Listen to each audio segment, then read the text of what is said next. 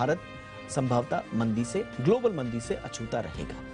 अब थोड़ा सा और इसका डीप एनालिसिस करते हैं और हमारे साथ इसके लिए खास मेहमान जुड़ रहे हैं। नीति आयोग के पूर्व सचिव यदुवेंद्र माथुर सर हमारे साथ जुड़ चुके हैं। माथुर सर, बहुत बहुत स्वागत है। सर, आपकी नजर में ये जो कहा जा रहा है और अर्थशास्त्रियों की जो राय है वो संभवतः बटी नजर आती है।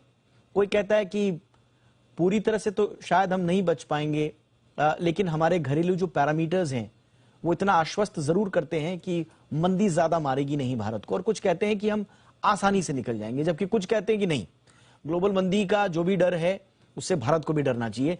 आप फिलहाल इस स्थिति में क्या आंकते हैं मंदी की स्थिति को?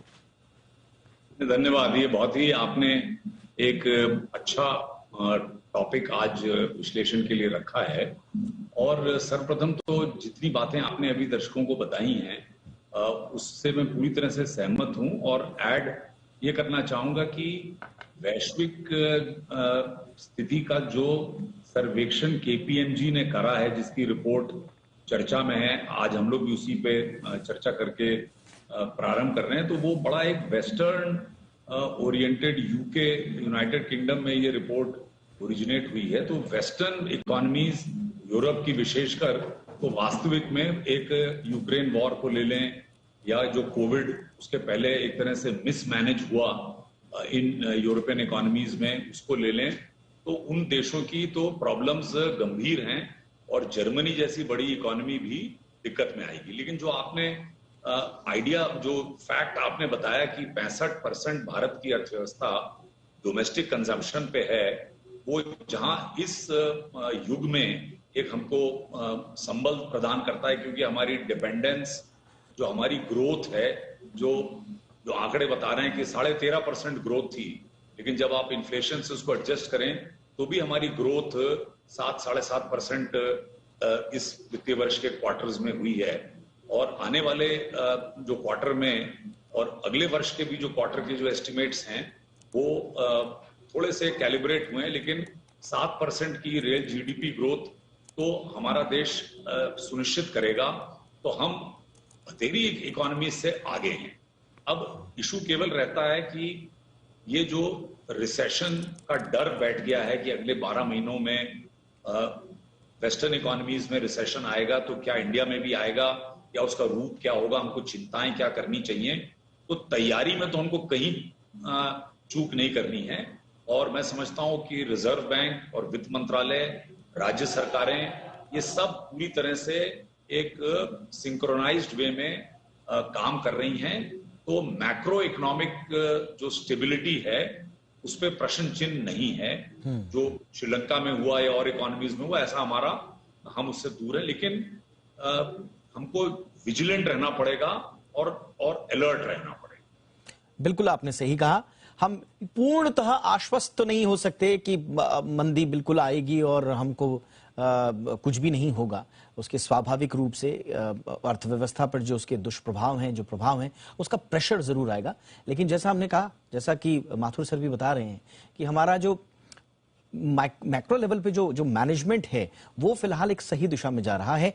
लेकिन इस बीच सर एक महंगाई का जो मोर्चा है वो थोड़ा सा चिंताजनक स्थिति में बना हुआ है, और एक ये वाली महंगाई इंपोर्टेड इन्फ्लेशन है, इसलिए कहा जा रहा है कि इस पर हमारा ज्यादा अख्तियार है नहीं।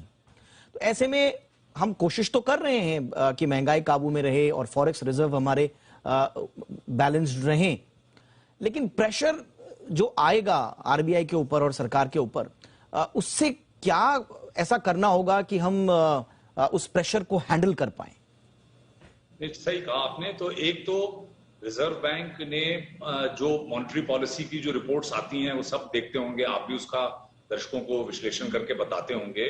तो रिजर्व बैंक भी केयरफुल है और वो ये देख रहा है कि जो कोर इन्फ्लेशन है या जो फूड इन्फ्लेशन है वो आम आदमी को हिट नहीं करे।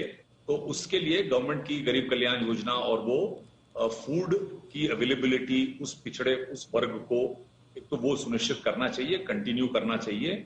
और ये राज्य सरकारों को इस समय केंद्र सरकार की जो स्कीम्स हैं उसके साथ एक तरह से सामंजस्य बैठा के एक तो काम होना चाहिए ताकि इन्फ्लेशन की मार आम आदमी पे ना पड़े और बहुत इंडस्ट्री को भी गवर्नमेंट को बहुत क्लोजली वॉच करना पड़ेगा कि जो आपने कहा इंपोर्टेड इन्फ्लेशन, उसका एक कारण हो सकता है कि अगर सप्लाई डिसरप्शन हो जाए, कोई इकोनॉमी का सेक्टर जहां जॉब्स अभी हैं और जैसे मैन्युफैक्चरिंग सेक्टर है, ऑटोमोबाइल का सेक्टर है, तो हमारी ऑटोमोबाइल का सेक्टर जो 50% हमारे मैन्युफैक्चरिंग का शेयर उसका है, उसके कंपोनेंट्स, उसके जो पार्ट्स हैं वो हम इंपोर्ट अगर कर रहे हैं तो हम डोमेस्टिक प्रोडक्शन उसका कितनी जल्दी स्टार्ट कर सकते हैं। तो जो प्रोडक्शन लिंक्ड इंसेंटिव स्कीम आई है वो जल्द से जल्द प्राइवेट सेक्टर भी इन्वेस्ट करे और उसका लाभ ले, जॉब्स क्रिएट करे,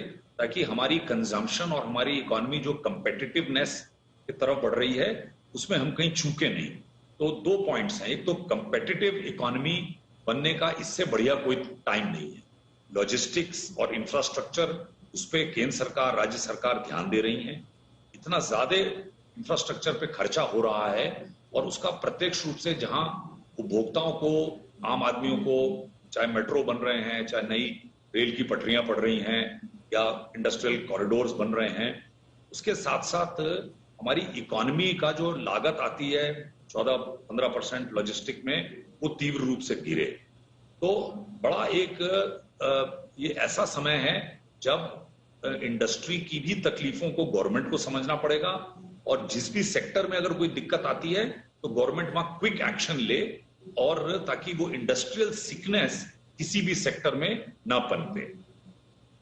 बिल्कुल, और इसीलिए ब्लूमबर्ग के इकोनॉमिस्ट के बीच में जो कुछ महीनों पहले एक सर्वे कराया गया था, उस सर्वे में साफ तौर पर ब्लूमबर्ग के जो इकोनॉमिस्ट थे उन्होंने साफ तौर पर कहा कि एशिया में भी मंदी की जो है 20 से 25% संभावनाएं उन्होंने जाहिर की थी, लेकिन भारत पर उन्होंने कहा था कि भाई इसका बहुत मामूली असर होगा और बड़ा ही अल्पकालिक होगा, क्योंकि भारत जैसे देश को आर्थिक दिक्कतों से उबरने में ज्यादा वक्त नहीं लगेगा और उसके पीछे जो हमारे घरेलू कारण हैं हमने उन पर विस्तार से चर्चा भी की है। इसके अलावा एक और जो मोर्चे पर आश्वासन देता है कि हमारा फ्यूचर इतना डामाडोल नहीं है, वो है महंगाई को रोकने के लिए जो सरकार ने एक्शन लिए हैं। देखिए, समय पर दलहन का जो आयात शुल्क है और सेस में कटौती की फटाफट से, खाने वाले तेल और तिलहन पर जो स्टॉक सीमा लगाई वो एक बड़ा इंपॉर्टेंट स्टेप था। प्याज हो गया, दलहन के लिए जो बफर स्टॉक बनाए रखने की जो कोशिश थी वो की गई। गेहूं के निर्यात पर प्रतिबंध लगा, आटा, मैदा, सूजी के निर्यात पर अलग से प्रतिबंध लगाया गया। यहां तक कि हमने बाद में देखा कि ब्रोकन राइस जो है उसके एक्सपोर्ट पर भी प्रतिबंध लगा। इसी तरह से चीनी के एक्सपोर्ट पर भी रोक, मतलब कुल मिला के लगातार एक सीरीज ऑफ स्टेप्स जो है वो उठाए गए। ये थोड़ा सा माथुर सर बताता है कि आप जो दूरदर्शिता होनी चाहिए वो कम से कम दिख रही है। ये नहीं है कि हम वक्त के हालात के का हम इंतजार कर रहे हैं कि जब सर पर आ जाएगा संकट तब सोचा जाएगा।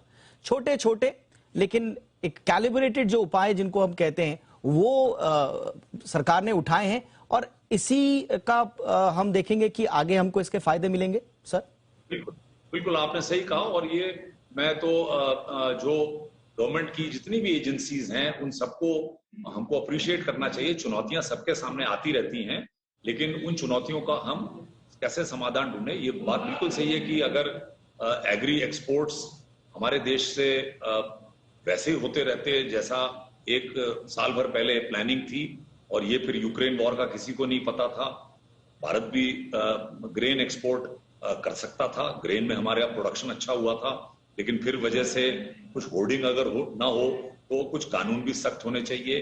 तो हमारे फार्मर्स को भी अपने बिजनेस ओरिएंटेशन फार्मर्स का हो, इसलिए एग्रीकल्चर के क्षेत्र में भी जो रिफॉर्म्स आ रहे हैं उसको हमको समझना चाहिए और स्वागत करना चाहिए।